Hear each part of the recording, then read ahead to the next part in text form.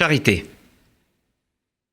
La charité, c'est une très mauvaise traduction du mot hébreu tzedaka.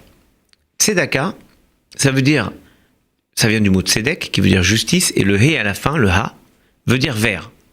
Tout comme Mitzraïm, veut dire l'Égypte, Mitzraïma, vers l'Égypte. Donc tzedaka, c'est-à-dire vers la justice. C'est-à-dire que c'est un droit et un devoir. Un droit pour ceux qui n'ont pas d'avoir, et un devoir pour ceux qui ont de donner à ceux qui n'ont pas. On va vers la justice en donnant. C'est donc normal. Charité, c'est surtout une façon très condescendante de s'occuper des faibles, des pauvres.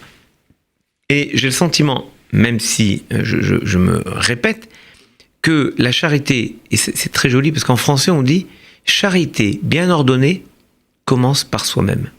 Comme si on comprenait que la charité, en réalité, c'est une façon de se déculpabiliser du fait que nous voyons des pauvres et que nous ne sommes pas pauvres.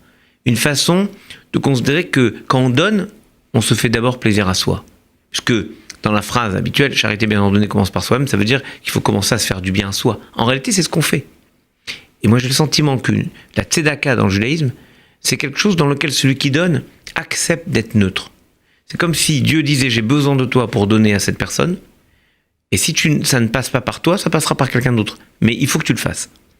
Et être capable de s'effacer devant l'acte, c'est en réalité répondre à un impératif majeur, celui du tikkun olam, qui est la réparation du monde. C'est comme si Dieu avait instillé dans le monde des brisures, des fêlures, et nous, en donnant aux autres, à ceux qui ont besoin, on répare, on comble ces fêlures. Et ça, c'est un engagement très important, fondamental du judaïsme.